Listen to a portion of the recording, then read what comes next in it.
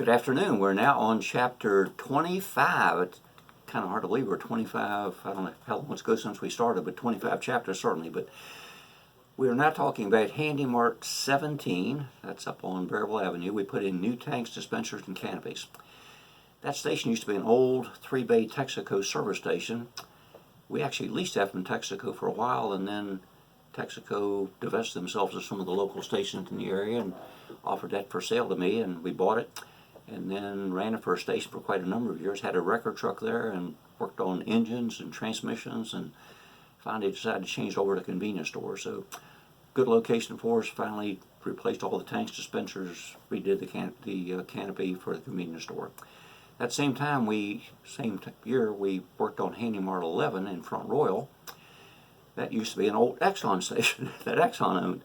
So I told you before, Exxon and Texaco were divesting themselves of some of their local salary operated stations. So we had bought that location back in 1988, and we totally renovated the thing, put in a new Dunkin' full service. It was a new adventure for that station. So that also went from a 3-bay service station to a convenience store in that Dunkin'. We also purchased Route 50. We had 2 Sonic locations. We were going to develop some Sonics in the area during the 08 and 09, back when the economy went to the devil. So we built 2 and then decided we were not going to go in that direction. So my partner and I, Allen Properties, who run the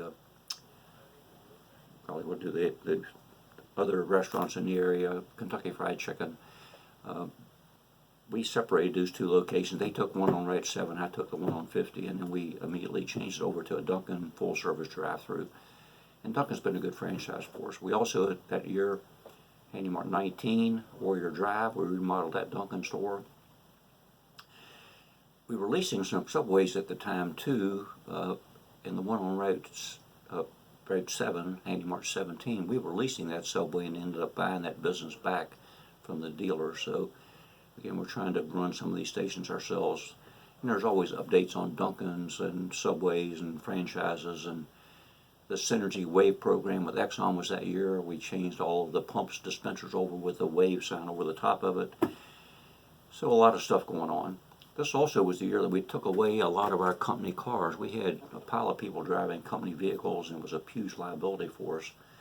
So we sold them those vehicles at a pretty reasonable price, and then paid them a car allowance and let them have their own vehicles instead of having all that exposure.